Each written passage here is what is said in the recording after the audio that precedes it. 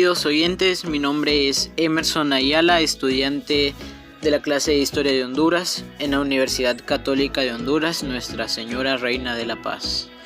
El objetivo de esta presentación es profundizar el tema de nuestra independización de Centroamérica, ya que es muy importante reconocer cómo nuestro país fue independizado por grandes políticos que dejaron un reconocimiento tanto como político y económico.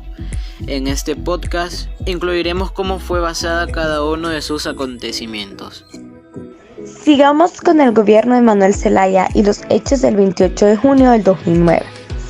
Cuando este fue presidente hondureño, el 27 de enero, en el marco de la mayor abstinencia desde el inicio de las elecciones democráticas en noviembre de 1981 y con el 23% del electorado potencial a su favor, lo anterior confirma la frustración de la casi mitad de los hondureños en los resultados de los procesos democráticos anteriores. En la presidencia de Manuel Zelaya, los detractores le insistieron en que bajo este marco de la pidió la oportunidad para el despliegue económico del país en la conducción del Estado y la corrupción en el alineamiento de los países del ALBA.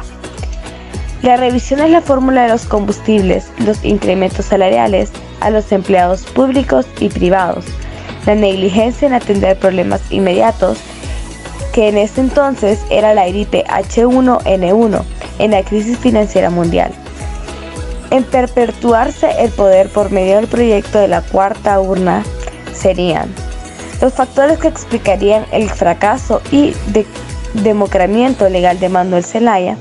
Insistió en su gobierno en el que mayor crecimiento económico y reducción de la pobreza, experimentando en los últimos 20 años para él, desde haber hecho o promovido la inversión y la actividad económica en general.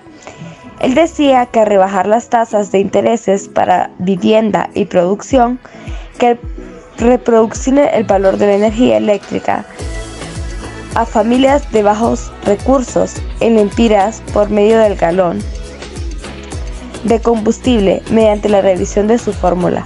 Impulsó la producción agraria en el bono tecnológico, eliminar los cobros por matrículas en educación pública, así como cumplir con los compromisos salariales del Estado con los empleados públicos. Bien, todos sabemos que a nadie le da golpe de Estado por ser bueno. Entonces, surgió el golpe de Estado del 29 de junio de 2009.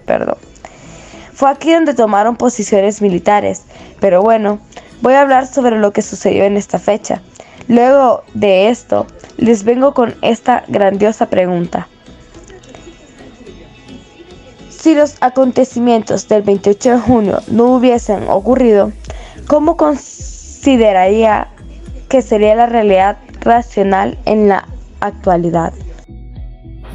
Respondiendo a tu pregunta, considero que seguiríamos siendo el mismo gobierno del 1981, donde el país seguiría teniendo la fragilidad democrática y las dificultades para la consolidación institucional en un país que fue golpeado por la desigualdad y la pobreza. Aunque creo que se habla del golpe de Estado en el 2009, este golpe de Estado en Honduras desnudó la fragilidad democrática oculta tras casi 3 décadas interrumpidas de elecciones, pero también permitió el surgimiento de un inédito movimiento de resistencia que, aunque germinal o heterogénea, hizo un único liderazgo que no fuerza y capacidad de articulación en la lucha contra el gobierno de facto. Las tenencias profundas que salieron a la luz a partir del 28 de junio, el artículo sostiene que los actores sociales que ganan un protagonismo tras el golpe deben dejar de ser perseguidos políticamente para dar paso a su inclusión en el sistema institucional.